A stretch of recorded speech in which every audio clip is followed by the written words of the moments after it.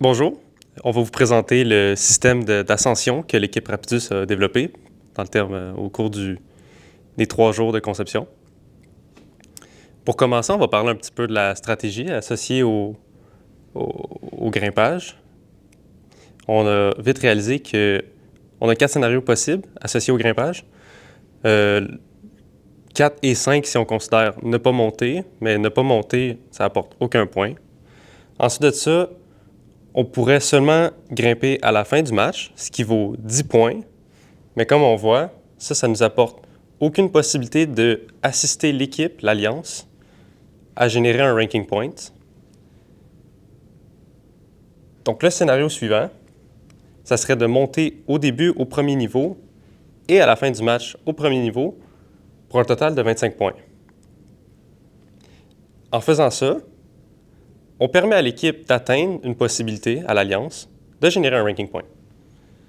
Les 2 derniers scénarios sont les scénarios conceptuellement plus difficiles, ce qui consiste à monter au level 3 juste à la fin, ou bien de monter au level 3 à la fin et de monter au level 1 au début.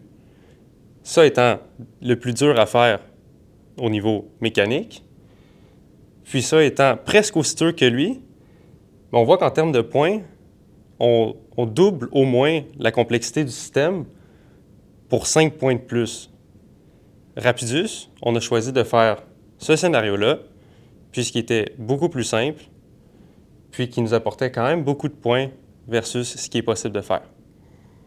Donc, pour arriver à faire le scénario où on grimpe au début et à la fin au niveau 1, on a pensé à un système qui fait moins de 21 pouces, donc qui nous permet aussi de passer en dessous de la trench durant le match.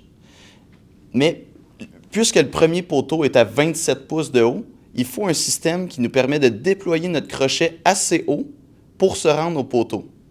Mais il faut aussi un système qui est à l'intérieur du périmètre en début de match et après s'être déployé la première fois pour l'autonome. Puisque notre intake est à l'avant du robot, on ne peut pas avoir une extension à l'avant et à l'arrière en même temps. Pour arriver à ça, on a un système linéaire avec 10 pouces de travel. Donc, en début de match, on a un petit morceau de métal ici qui permet au crochet de rester à l'intérieur du périmètre.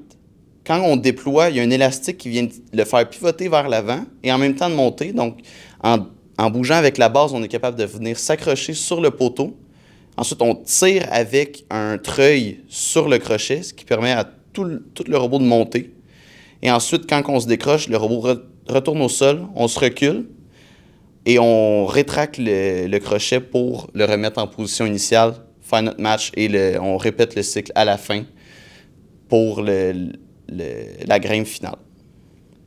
On a réfléchi à des pistes de solutions pour monter au niveau 3. Une des idées qu'on a eues, ça serait, surtout c'est celle qu'on envisageait le plus puisqu'on a des ressources limitées, on pensait utiliser un seul niveau de climb, donc un élévateur avec une seule étage qui peut lever, avec une étendue d'à peu près 8 à 10 pouces pour aller chercher le premier crochet, puis de fixer sur cette partie qui monte et qui descend là, une paire de crochets. Puis ensuite, sur la partie qui ne bouge pas, qui reste fixe au robot, une autre paire de crochets qui reste là. Donc la séquence, on monte le premier crochet bleu pour l'accrocher sur le tuyau. Ensuite, on s'élève jusqu'à ce que le premier crochet rouge s'accroche lui à son tour. On remonte pour aller chercher le deuxième crochet bleu. On s'accroche sur le crochet bleu. Puis on remonte pour finalement aller chercher le dernier crochet rouge. Donc là, tout l'ensemble du robot est rendu au premier niveau. Et puis, ce qui est un peu désavantageux, bien là, on répète ça jusqu'à temps qu'on arrive en haut. L'autre solution pour une grimpe au 3e niveau, qui est un petit peu plus difficile mécaniquement, mais qui permet de grimper plus rapidement, c'est d'avoir un système à 2 stages d'élévateur. Donc, avec une étendue de 18 pouces ou plus, on est capable d'aller chercher le premier crochet, s'accrocher sur le premier. On est capable d'aller chercher le premier poteau, ensuite s'accrocher sur le crochet rouge et directement aller chercher le 2e niveau, ce qui permet de réduire grandement le nombre de cycles de monte et descend l'élévateur pour arriver au 3e niveau, ce qui est plus rapide, mais un petit peu plus difficile mécaniquement. Il faut garder en tête lors de la conception des crochets que c'est très important d'avoir un système de crochet qui puisse être retenu en place à la position accrochée par un système de ressort pour que lorsqu'on essaie de passer au prochain niveau, il puisse descendre d'un sens, puis aller s'accrocher dans l'autre, puis rester en place. Comme ça, sinon, on ne va pas rester pogné. Une autre chose qui est importante à garder en tête, dépendamment de votre stratégie, si vous avez décidé d'être capable de sortir d'un bar, puis que vous voulez faire toutes les climbs, bien, vos crochets doivent rentrer à l'intérieur du robot pendant le match. On ne peut pas les laisser passivement sortir dehors. Gardez ça en tête.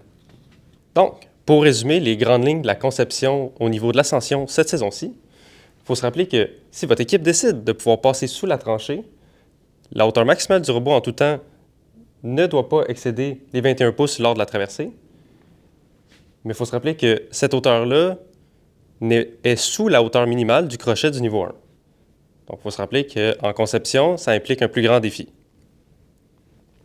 Ensuite de ça, pour permettre à votre équipe d'aider l'Alliance à atteindre un ranking point, il faut considérer que le robot doit être capable de se décrocher à la fin du premier climb au début du match et de se réaccrocher à la fin, encore au premier niveau, lors du endgame.